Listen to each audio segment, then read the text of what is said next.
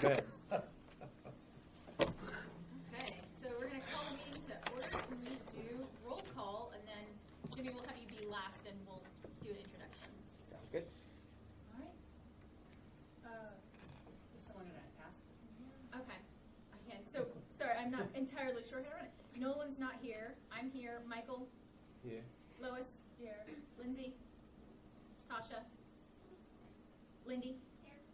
Jonathan, Carla, Jed, and Jimmy.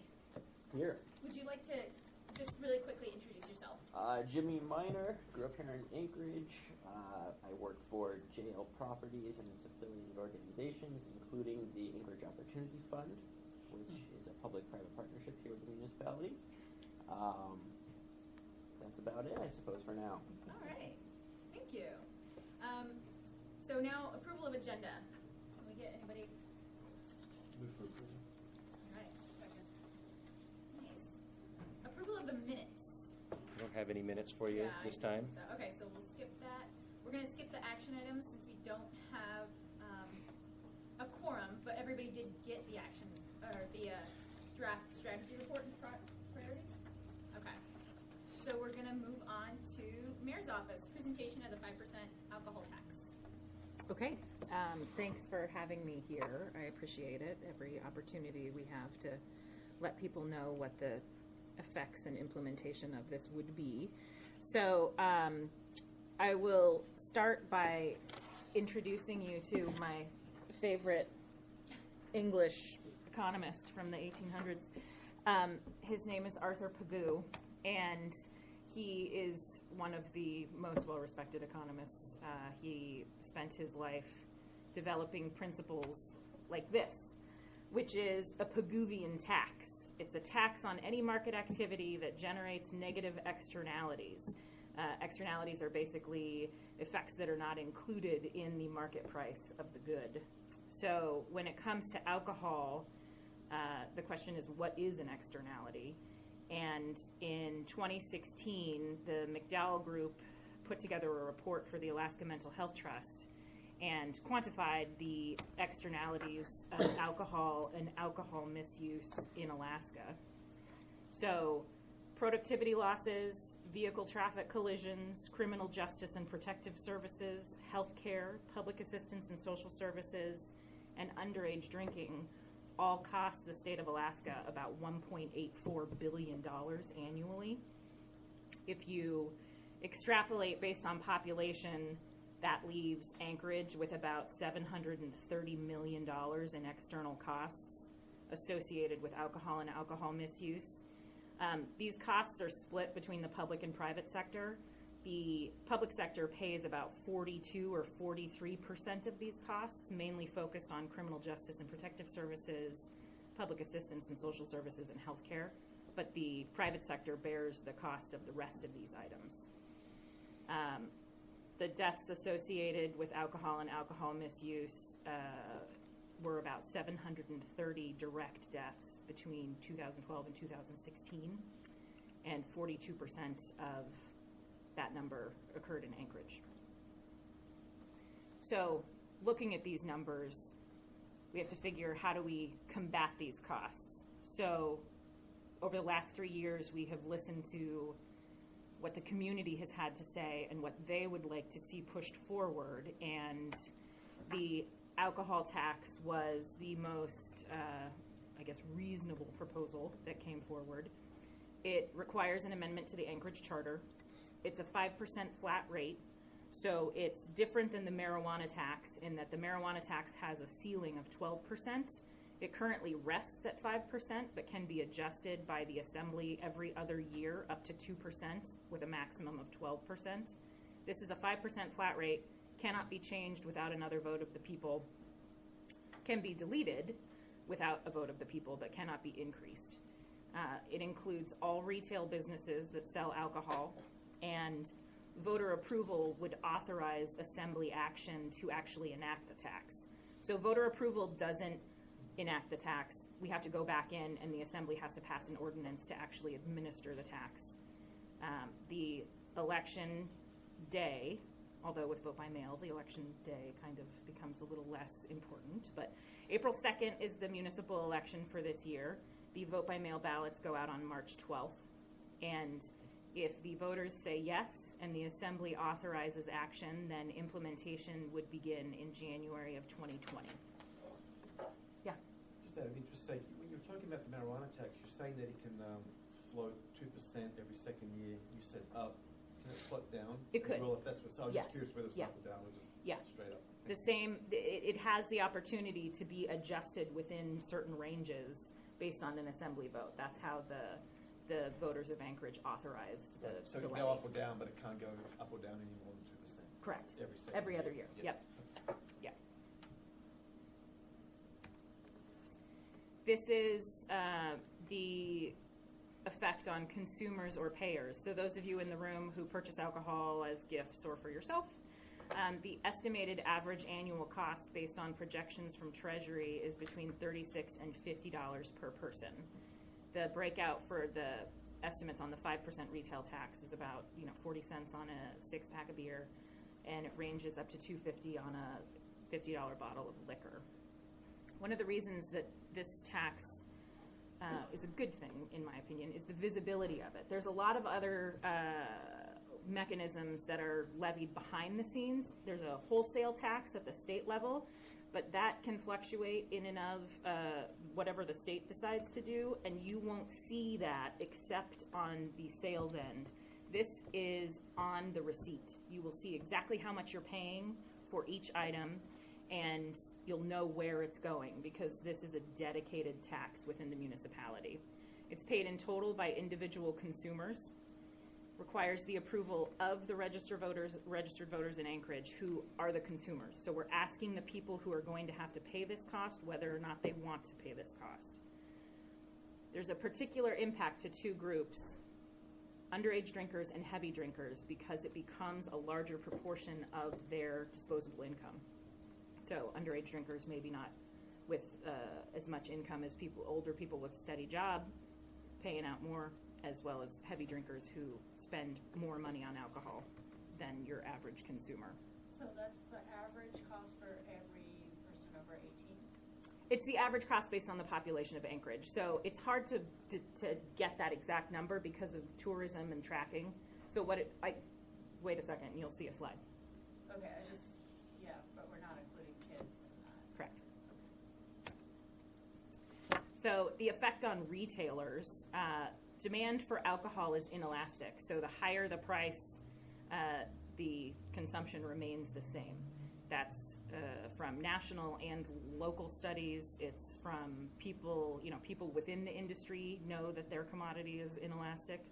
And there's lots of proof that a tax increase on alcohol doesn't actually change the consumption within the state of Alaska.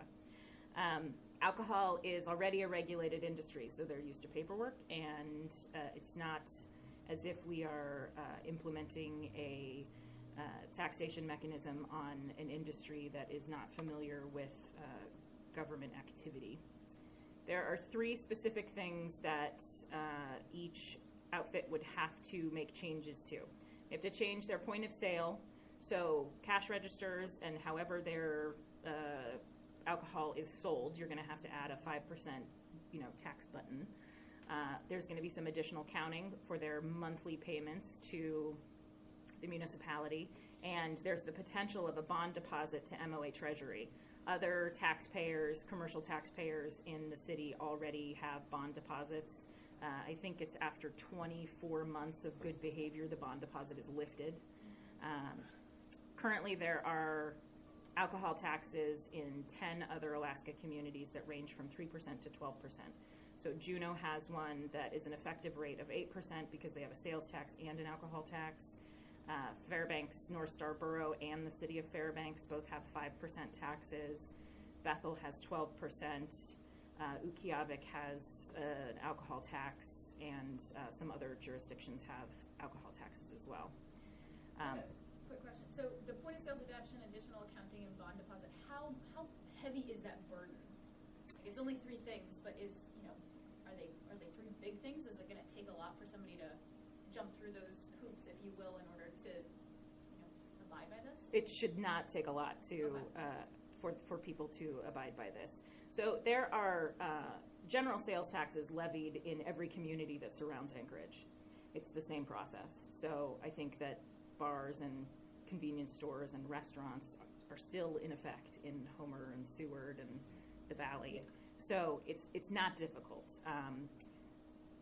I would argue that retail establishments make changes on their point of sale system every single day when they put a sale into effect or change the way they are marking up a specific item. The additional accounting, we've asked a couple of people to try and give us the estimate on how much they think that might cost. The documents that I have seen from Treasury that are the general commercial tax documents are 1 or 2 pages, so it's not that difficult, particularly if you are a retailer who is tracking your sales already. And the bond deposit, I think Treasury said that some of their bond deposits are $10,000, so that could be difficult for some people, but it's an investment that you get back, so I think it's within reason.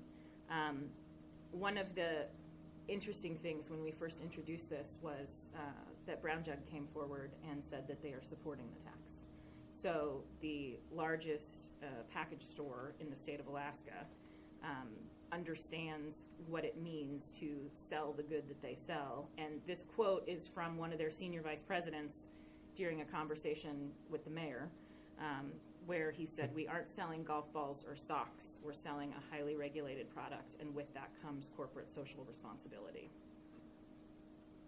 So can I make a suggestion maybe in the messaging a little Yep. bit? Is that calling a deposit an investment that you get back isn't going to fly with commercial people, because you're actually taking that money out of their cash flow stream, you're putting it aside, then they'll get it back if they play well. But, are you paying interest on that? On the deposit? Yeah, when you give it back. Probably not. So it's probably not, I wouldn't call it an investment. Okay, thanks, Mike.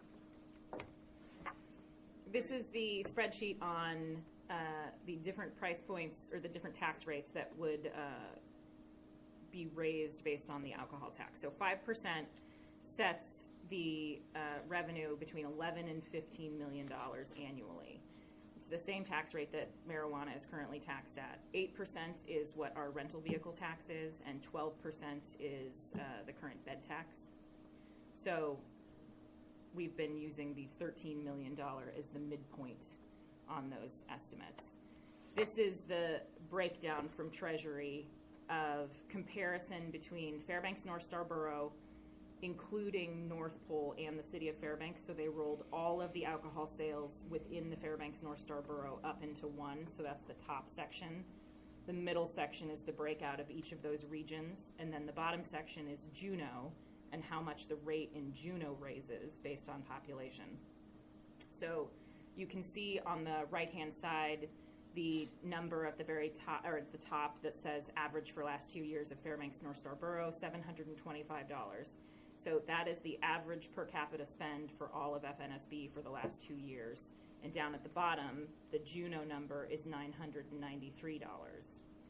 When you break that out to a comparison for Anchorage and the retail sales estimated based on those two comparisons, you get an average spend per capita of $82.75 on a monthly basis, or $60.42 on a monthly basis, which is where you get the average of $36 to $50 per person.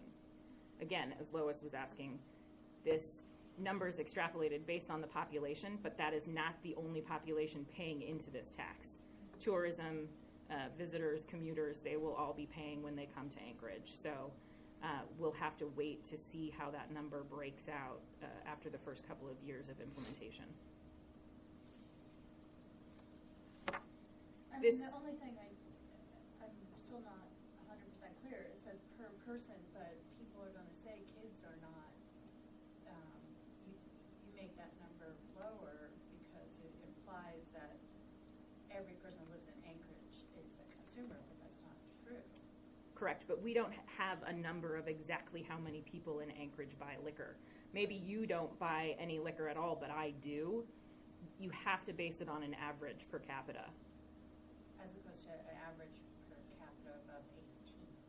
We can do that breakout for you if you'd like. That's what I was gonna ask, could you do it for everyone over 21? Yes. Oh, it's fine. Voting's 18.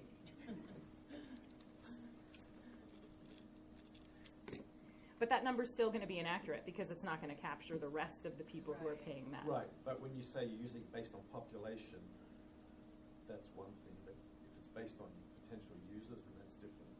When you're saying population, I think you should probably only include population above 21. So how would you recommend that we include the tourism and commodity and commuter numbers that are coming in? Well, there's estimates on commuters coming in anyway, right? Mhm. It's like, what? 30,000. 30,000 a day. We have estimates on the number of tourists who visit Anchorage. I mean, from visit Anchorage, you could get a rough estimate. You could add that in as a separate piece. So if you include, here's the population above 21, here's the potential, pull from commuters, and here's the potential, investment coming in from tourists, then you can sort of break it out that way. So people can't say, yeah, but you're making it look lower because you're just counting everybody, No? And so the changes, so what I will say is the comparison to the other locations where those taxes are already in effect are on a per capita basis. So those numbers aren't extrapolated based on 21 plus or including visitors. I don't even want to know what the Juneau number would look like if we included the amount of visitors that they get, Right. because it would be $4 Yeah, probably. I mean, it might be good to have both. numbers Yes, then, I agree. Because, so it doesn't look like you're intentionally providing I a agree. fair comparison. Let me jump in real quick. Just to try and keep us on track with time, do we have somebody from the assembly here? Nope. Okay, so that's an extra 5 minutes Yep. because we've reached 15 Ooh, how much time do minutes. I actually have? Should I shut up? You should speed up. Okay, Yes. I can do that. Don't shut up. Speed up. I'm trying to be comprehensive. Although this is the most substantive item on the agenda, so it makes sense to give it the time. We've only got a few left, so we're good. So the most significant change in this proposal, as opposed to some of the previous proposals that have come forward about the alcohol tax, is that the revenue is completely dedicated. So the ballot language that you will see on your ballot includes this dedication language, where the net receipts from the retail sales tax of alcohol will be spent on alcohol and substance misuse prevention and treatment, community behavioral health programs, public safety, and homelessness prevention and response, including abatement of prohibited campsites. So after the municipality fiscal note, which is one single position in order to administer this entire tax, I think it's about $165,000, the rest of the revenue would be spent on these programs. It's subject to assembly approval every single year, the same way the rest of the budget is offered and approved. And some of the projects that are on our proposal list include these kinds of things. A rebuild of an Alaska Center for Treatment. So currently Clitheroe is operating, I think it's somewhere between 35 and 45 beds, but their building is no longer useful because of outside of code and you can't actually function out of it. So we would, the current proposal is to rebuild a treatment center out at the Clitheroe site that exists right now. Did you have a question? Is there any prohibition on the municipality just offsetting existing spending on these kinds of things, and then it produces new revenue to spend on something else other than treatment? Arguably, the dedication language exists specifically to say that that's where the money goes, but the assembly and the public are going to have to make sure that's where it's going. Well, no, this money could go to that, but there's no prohibition on it offsetting existing spending towards these same type of things, is there? You're saying, are these going to be new programs, or are we going to replace existing programs with the alcohol tax funding? Not replace, but fund existing programs.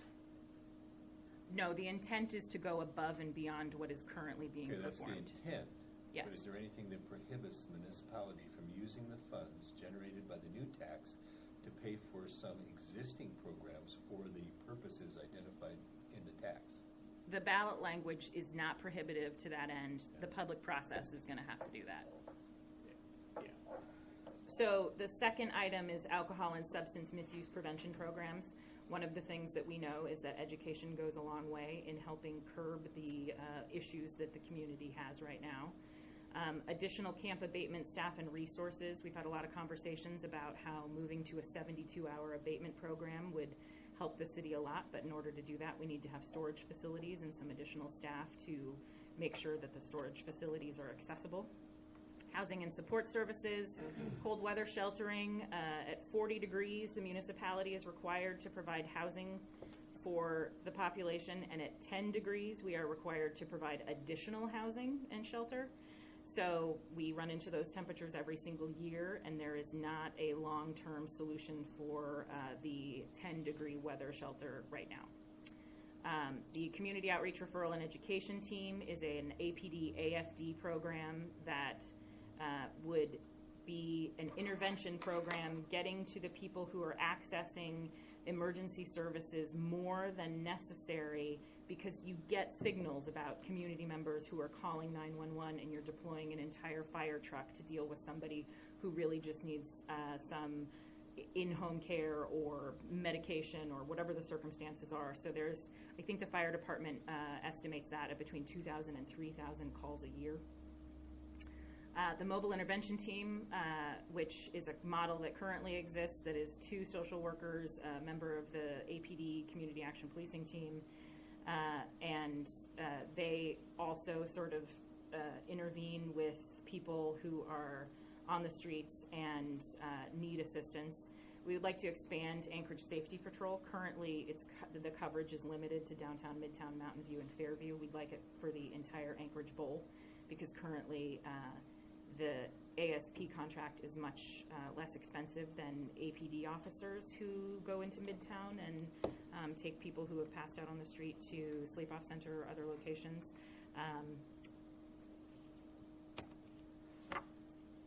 This is one of the big questions. Everybody wants to know how they're going to know how the money is spent. The existing budget process, I'm sure you're all familiar with. The administration brings something forward. There's the assembly process, the amendment process, the public process, and then approved budgets. So this dedicated revenue would require the same process. It would have its own specific list of allocations proposed in every budget. There are programmatic budget controls. The way the budget is loaded at the municipality, there is limitations on access to spending money that is not approved. There will be a detailed report to the Assembly on annual expenditures.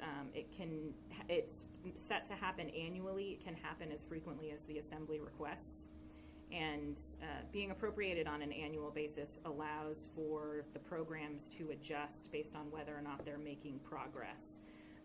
The items that we are hoping to fund with the alcohol tax would come with exact dollar amounts, position counts, and numbers of people served. So there would be projections in each of the items as to how successful they are supposed to be, and then we would use metrics to make sure that they're actually working the way we believe that they should.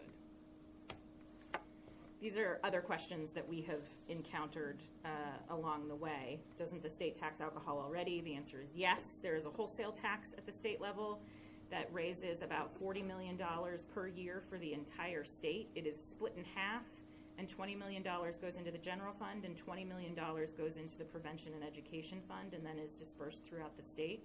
So there's $20 million currently going to combat a $1.84 billion problem. Why only alcohol? It's not just alcohol. There are other taxes that currently exist within the municipality. Other people, particularly the alcohol industry, have suggested a broad-based sales tax instead of this idea.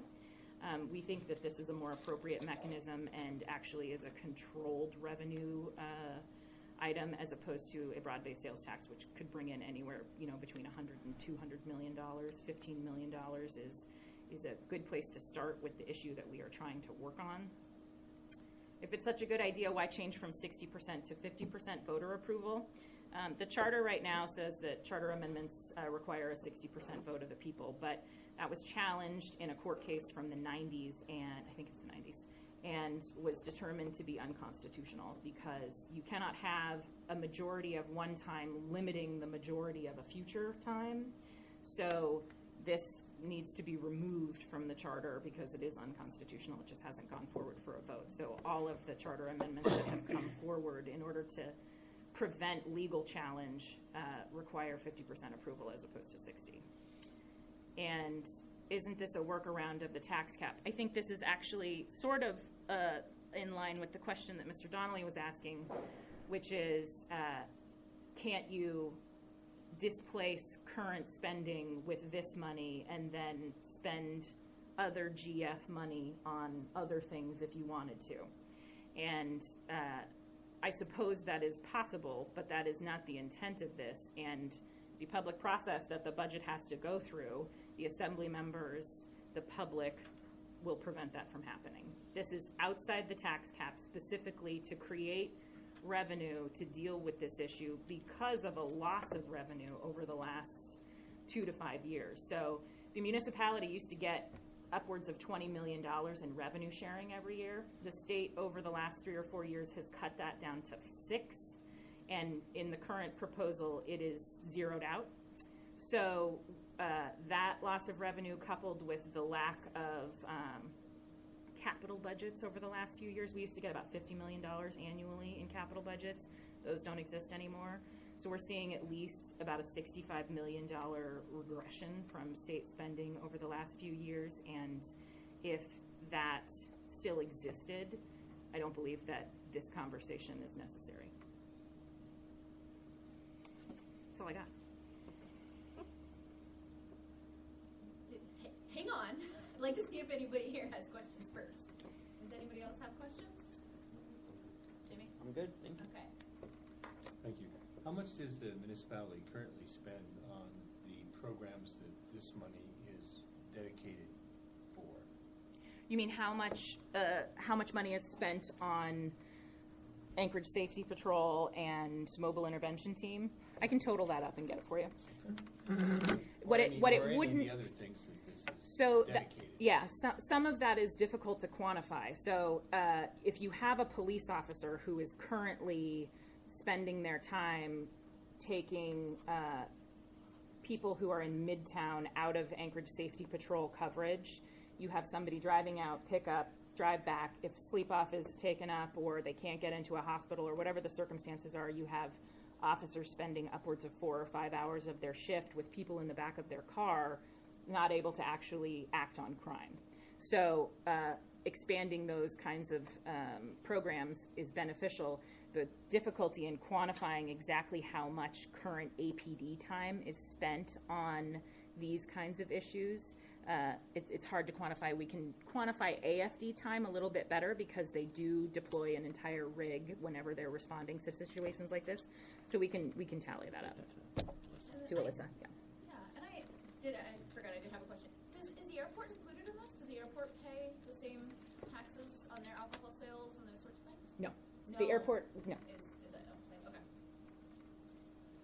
Okay, so next on the assembly is, okay, we don't have assembly here to talk, but we have school district. So before we get there, what I would like you guys to think about is between now and your meeting in March, if you guys want to take a position on this before the April, because you have one more meeting scheduled before April, and if you want to make a recommendation to the administration and the assembly, we have some time to do that. I can draft something up with the chair and the vice chair and share that with you guys, and then you guys can act on it at your March meeting, and you'll have enough time to give it to them. But I do think that the assembly and the administration would be interested in your position and any thoughts you might have on that. So if it's okay with you, Madam Chair, I'll start that process for you guys, and you guys can chew on it, move it around however you guys want, and then I'll try to get that to you started next week.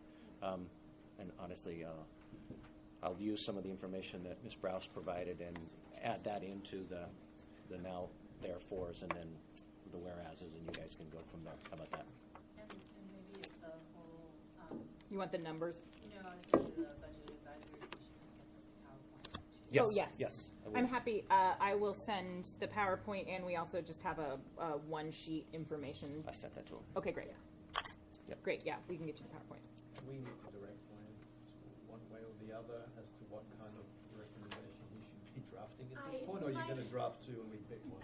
Well, and my worry is we don't have a quorum to, I didn't know if we could say, you know, this body currently would like to be pro or, you know, against without a quorum. I don't know if we can even say that, Lance. I think, Well, we couldn't vote on it. No, you I couldn't. think we could suggest that you draft either yes or a no Okay. position, and then it's up to the rest of the commission as a whole to vote. I tell you what, I think what I'll do is I'll draft it to the positive, and if you guys want to edit it, fine. And if you don't want to do that, then just don't support the resolution. Yeah. I mean, I am in favor of this. I think it sounds good, and I would like for you to draft one on the positive. Does anybody feel differently? Okay, I will start with that, and then you guys can go from there. And thank you, Anna. Yes. All right. I'm gonna go thank you change very my much numbers for to have coming. 3 different ranges. Think so. Yes, thank you. Thanks for having me. Andy? Thank you, Madam Chairman. So what I handed out is the presentation, or a truncated version of the presentation we gave the school board to try to fit within the time allotted that I have. But just to give you a brief overview of what the school district's preliminary budget is prior to any, this is based on what's written in current law, not based on what the governor came out with yesterday. So that being said, we can move into it and go pretty quickly through there and allow Mr. Donnelly to jump in too as he sees fit. He's heard this before and knows a bit about this.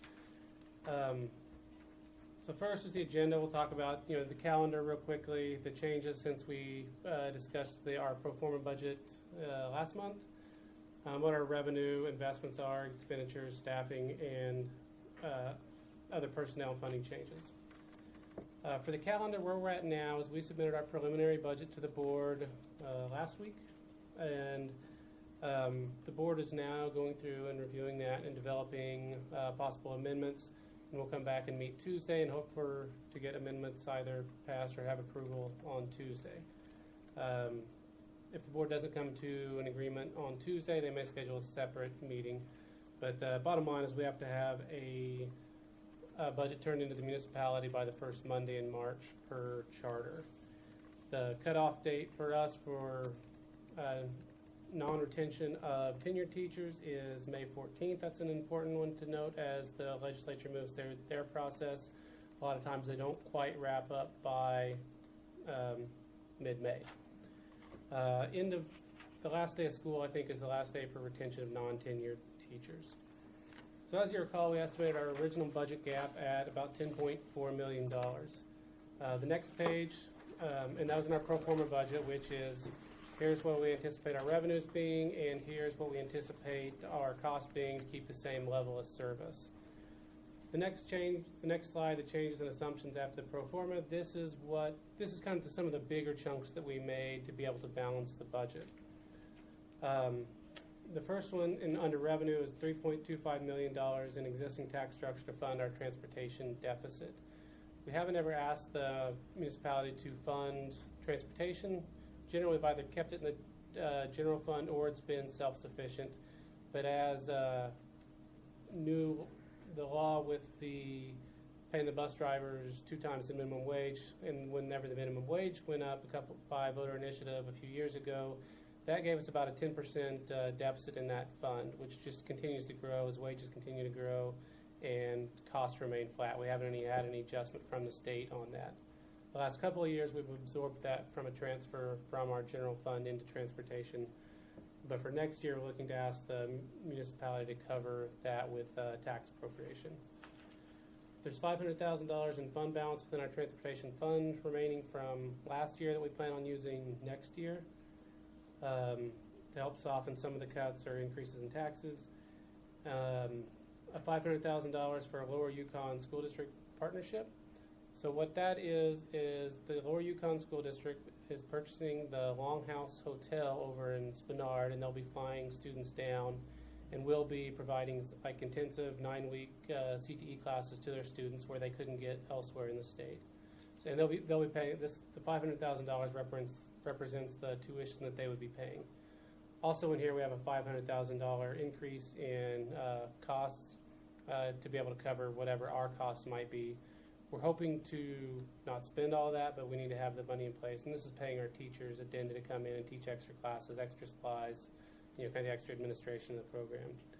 But we're really excited about that, and we're hoping to make the kind of a statewide model where other folks come down here and get the same CTE credits, because out in these villages, they don't have the support for diesel mechanic, welding, auto repair, things like that we can offer here.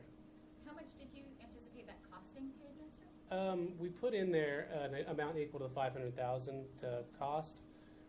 We hopefully we won't spend that much, but we're really just developing the program now, and we want to have a placeholder to see it get it off to a good start. So really, we don't anticipate spending more than what we take in on the program. Hopefully, we get some money back on it. Is this something that's run during the summer, or is it during the school year? It'll be both. The anticipation is we'll start in second quarter of next year and run 9-week programs, 1 3 quarters, and then 1 that comes in after the school year. So we'll run 4 quarters prior to the end of June, and then run 4 or 5 separate sessions on an ongoing basis. We're projecting an increase we had a $500,000 increase in our E-rate. We did a wireless modernization project a few years ago. The federal government denied some of our things. We went to appeal, and we finally won out on this appeal, so we anticipate getting a check for this sometime next February, March time. Increased interest earnings. We're projecting our interest earnings to go up as well as the Fed rates trickle up. Then a lot of our interest earnings are actually tied to that. So this year we've seen an increase in our interest earnings, and we anticipate that to happen next year. $4.9 million for fund balance, just to use our savings to help kind of offset some of that $10.5 million deficit we discussed. Changes from some of the assumptions on the expense side as our wireless and telecommunications contract came in quite a bit less than what we had anticipated in our original projection. Decreased utility cost associated with Mount Spur, Eagle River, and Gruening schools closing. Eagle River and Gruening being due to the earthquake, and Mount Spur due to just low enrollment on base overall. We're planning on moving Paideia Correspondence School into Central Middle School. Right now they're leasing space out of First Presbyterian Church downtown, and it's just not an ideal situation for them to be in. People kind of come and go, and occasionally they have funerals there, and some of the students, it's not the best learning. And we do have capacity at Central where we can move those students in there and operate the program from there. Those are good life lessons to learn. Yeah. $500,000 in decrease in leave accounts. Part of that's just a lower staff numbers over the next year, and some of it's just change in behavior after some of the language in contracts got changed where you couldn't use leave to extend your work year. So just kind of an accounting process. We didn't change anything other than our estimates on that. No one's really changed the amount of leave they have. And then another $1.5 million in attrition savings that we anticipate having from either unfilled positions or folks who waive medical coverage. Currently, we have about 700 people who waive districts or the teachers' union's health coverage. So that money just goes back into our general fund. So we have a offsetting attrition account to be able to capture those savings and put that money elsewhere. And that's just kind of based on historical estimates. And then a $2.3 million increase in special service programs, predominantly special ed and preschool, where we see the need of those programs just increasing. And we'll go over what that kind of looks like a little bit later. So general fund revenue, we discussed this. Yes, ma'am. What about earthquake expenses? So the earthquake, we really haven't captured within this budget. For the current year, we anticipate capturing all the most of the operating expenditures, and we anticipate getting reimbursed by either FEMA or the state for the majority of all our expenditures on there. Going forward, that's going to shift to a capital program, which generally we don't include within our spending authority in here. So it's really kind of yet to be seen how much of that we're going to get from FEMA or the state to be able to rebuild Gruening or Eagle River elementary schools. And right now the school's meeting with folks out in Eagle River, the school district is, trying to determine what the best way forward, both short-term and long-term, is to address the needs of that community. So, I mean, if we can build a new school with FEMA money, that would be great. But kind of the timelines and the actual where we place them in the interim is the most current discussion we're having. So, And I know there are two pots of money, one is state money and one is federal money. I don't know if you know this, but I don't. Mhm. Is the state money, does that have to be approved by FEMA? Is that FEMA money, or do we have? My understanding is FEMA generally covers up to like 75% of these costs, and then the state disaster assistance may cover the next 25. I'd imagine Dave may know better than me, but how that gets appropriated at the state level, whether it's by executive action of the governor. And do we have a pot, basically, is it an insurance fund? I don't know what our state emergency money is. Where's that 25%? Well, the state has a risk management account where they have a block of money in there, but usually it'll take a special appropriation of the legislature to deal with something as big as an earthquake. So there is money, I'm just thinking about what happened with the budget yesterday, whether whether that's been. That's a good looked question. I'll at probably at go all. back and look Yeah. at the budget and see if it affected the emergency fund. But the next slide, moving forward, 'cause we're kind of So- short on time. Before we go, so one of the things that we talked about was if you guys wanted to have a separate work session on this to go through this, and I think if you want to do that, I think Andy's given you a good overview. You can take some time on this. We can schedule some more time to just have a one-on-one work session just on their budget. You guys can ask some other questions because based on the timeline, again, similarly, they're going to present their budget to the Assembly the first week of March. And so that's not very far away. So if we want to schedule a work session, I'll ask Lila to put together a doodle poll, and we can figure out when we can get you guys together for a work session and talk only on the budget. And Andy, I've already asked him if he would be available, and he said that he would be, depending on the day. So, Madam Chair, if you want to do that, I would suggest that we take this with you, take a look at it, unless you want Andy to continue, and then we can continue with the rest of the agenda, but it's up to you. Is there an interest in having a special work session on this? My question to Andy is, how can we help? Like, what do you want from us, if anything? Would you want us to, pass a resolution in support of the budget, or what would be helpful? Is it worthwhile to have that special work session? The biggest issue that the board would like you to consider is whether or not to recommend to the Assembly the 3.25 the transportation fund assistance. That's probably the biggest single question. That's something new this year, hasn't been done in the past. The reason it can be done is because it's outside the foundation formula, the education formula. As you know, the law prohibits communities from contributing more than a certain amount to schools, but this is something that's outside of that prohibition. And it's a huge component within the proposal from the administration to the school board of how to balance the budget this year. Yeah, and I'd certainly agree with that. I mean, that is probably the one that affects the municipality more than anything, and then the taxpayers more than anything as well. But it kind of goes back to what your goals are as a group. If you want to focus on the school district budget, or you focus on the municipality as a whole and the taxpayer kind of burden. So the 3.25, obviously when you put this budget together, was critical, given what happened with the supplemental budget and yesterday's budget. How does this all?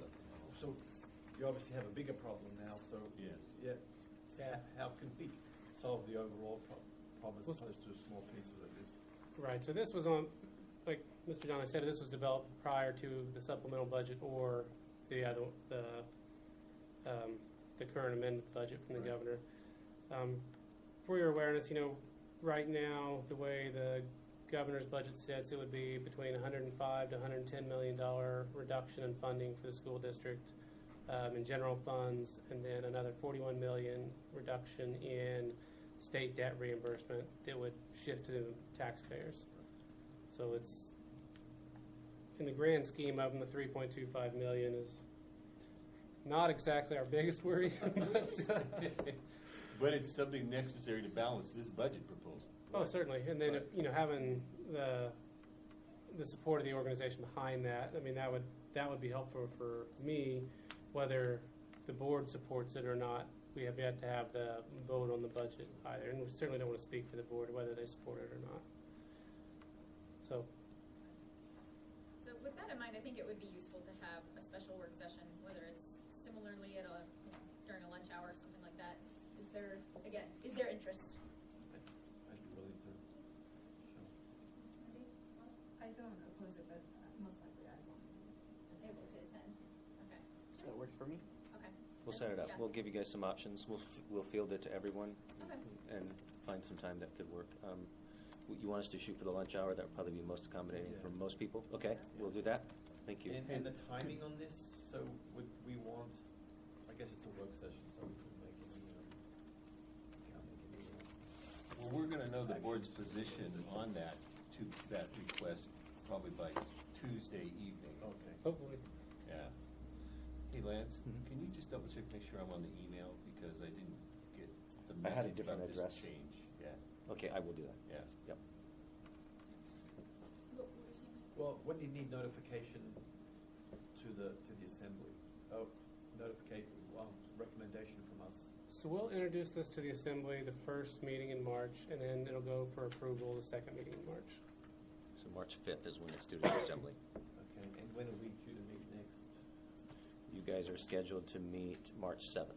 So it'll be after the first, the introduction, so maybe. So we would need our work session before that. Right, and probably a draft letter of support or resolution of support, so we can look at it at that meeting, so it goes to the assembly the next meeting. Okay. Mm-hmm. I'll ask Andy to start that one, and we can. And I think the focus of the conversation, if we want, will be, as Mr. Donnelly and Andy are interested in on this, the fund for the transportation. We can focus on that because he's exactly right. It would affect us most directly. Okay, we'll do that. I'll get it set up. All right, next is, so we'll move on to the calendar 2019 budget amendments. Typically, the board gets to make a report. Yeah, I apologize, it's not on, Yeah, it's not on here. Yeah. I just wanted to mention a couple things. One of the big things we're dealing with is earthquake accounting, trying to document all the damage from the earthquake, and this is essential. It also impacts the decision about whether to replace or repair schools, because if the schools are documented to be over 51% damaged, they become eligible for 100% funding replacement through FEMA. Right, Andy? Is that? Not exactly Yeah, sure. I think but- that's how it works, yeah. So it's it's going to really impact the question of whether to replace the Eagle River Chugat schools or whether to just repair them.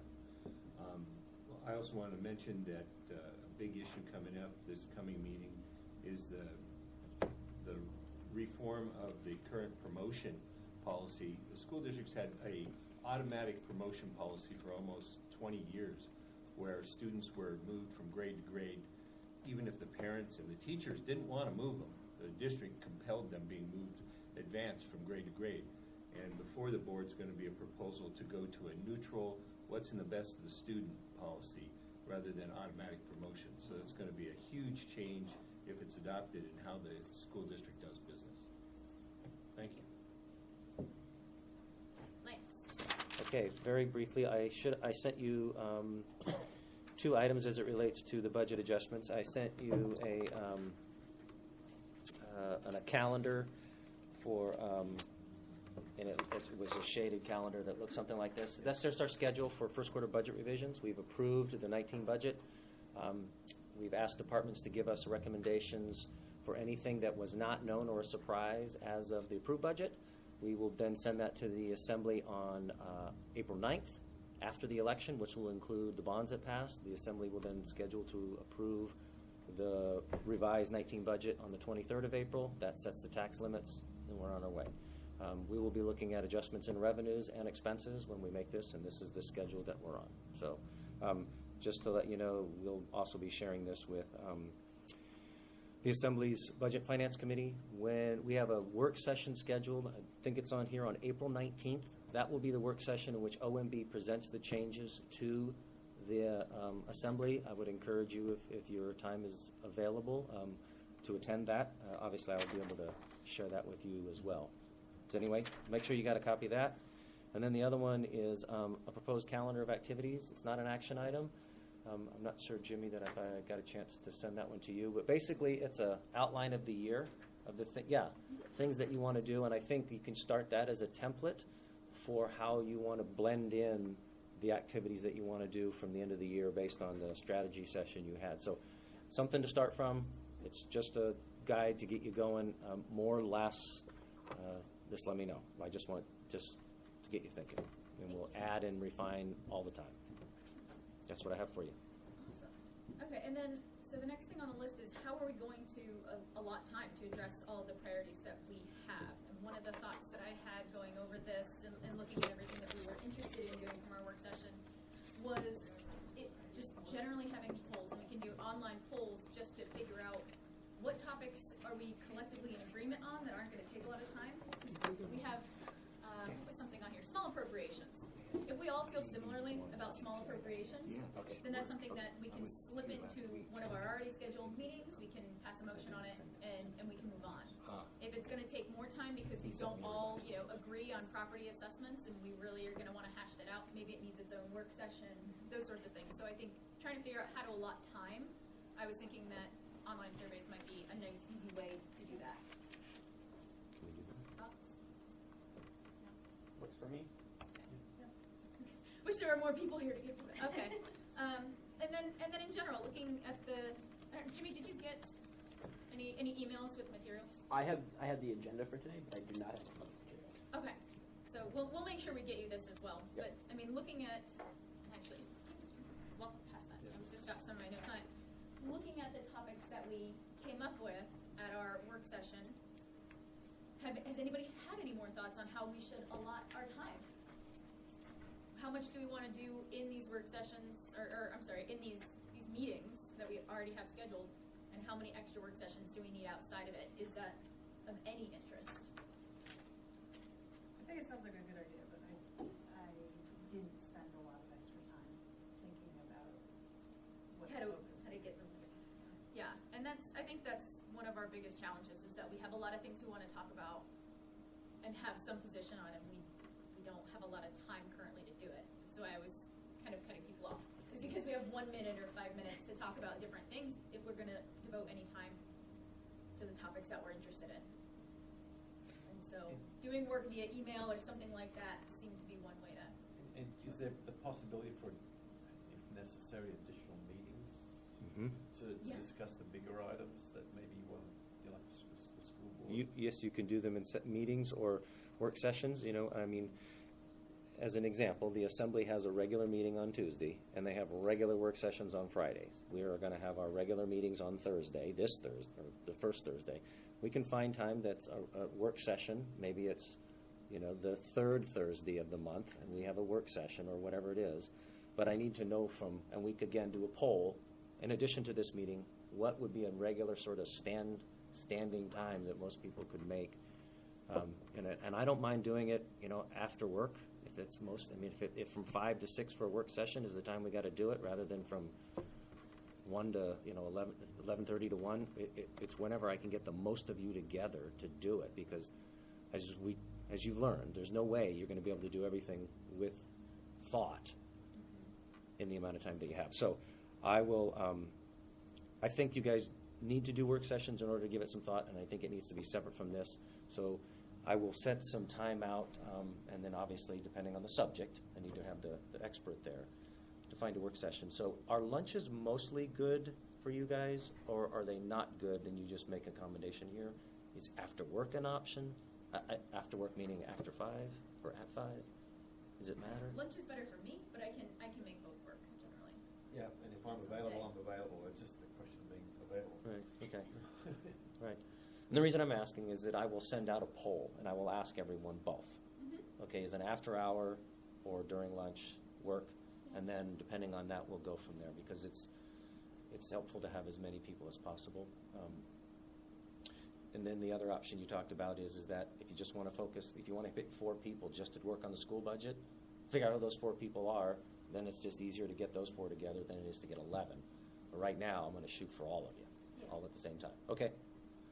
Was there talk of setting up committees? I mean, I don't know how efficient that is, because then you have a committee, then that committee's got That's to a report report. back, and then Yeah. and you And sort of just end up adding bureaucracy to. Part of the discussion at the, I forgot what we call it, but part of the discussion at our strategy session was if we set up those little working groups, it's basically just gonna be, I'm really excited about a project, and so then things get an unfair amount of attention just because one person is, or 1 or 4 or whatever is interested in it, so that's why we shied away from people just picking. But also when we were talking about having special work sessions and if people wanted to get together outside of this, there was general silence, which was just kind of funny because I think we all recognize that we don't have enough time to do everything. So I think just sending out a poll and seeing what comes back, and I mean, if we have to do that every time, then that's what we do every time. And if people can meet and want to meet, then we will. Okay.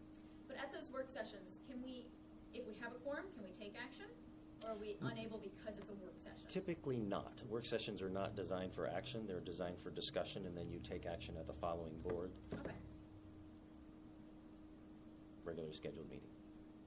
Work sessions, I believe work sessions of this body would be open to the public, so we notice them. People can attend, but it's among the staff and the board. Okay. Any other discussion or thoughts about the strategy session or anything like that? I wasn't there, so I don't want everyone to go back over everything. I read through the notes and stuff, but was it fairly positive?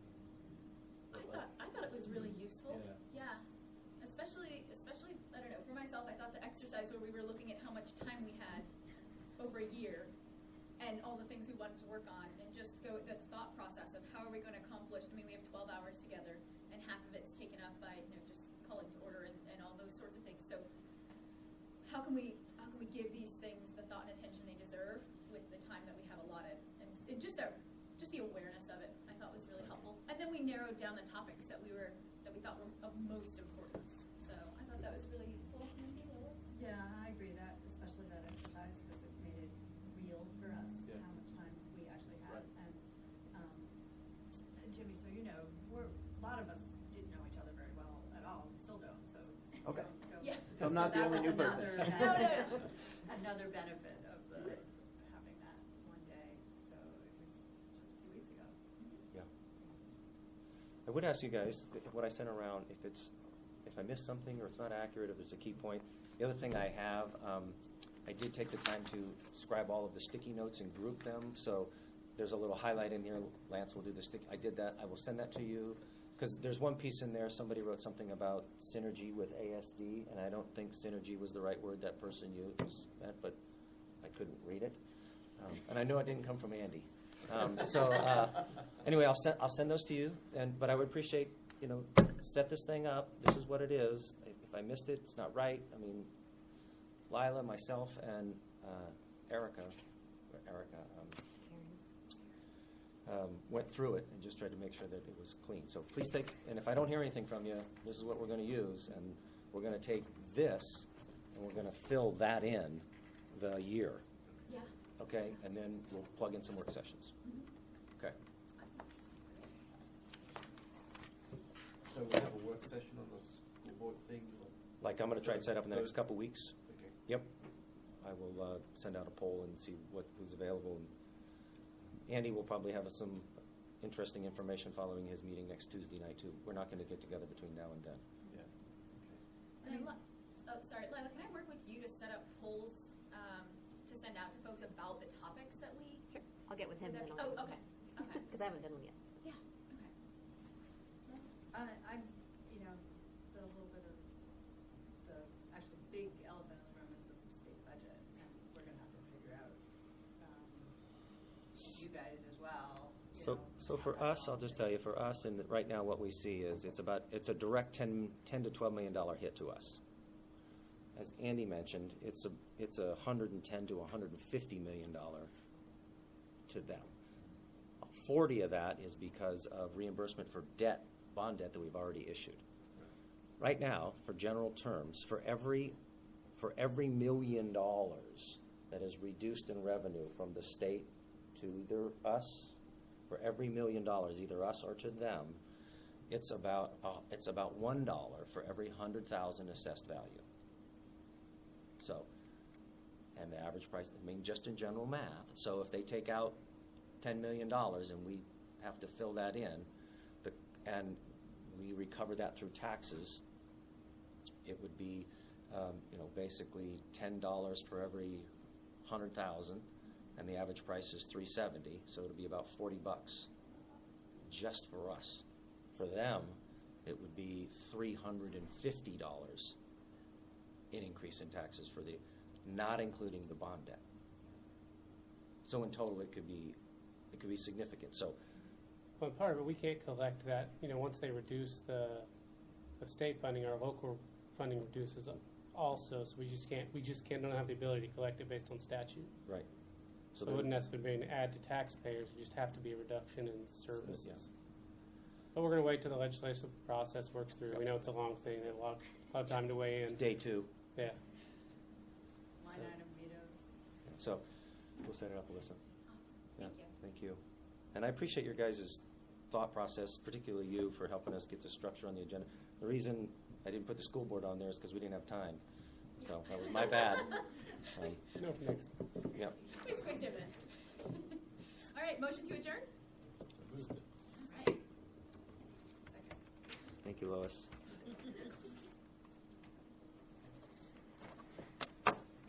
And again, thank you for accommodating the change in the day, guys. Yeah.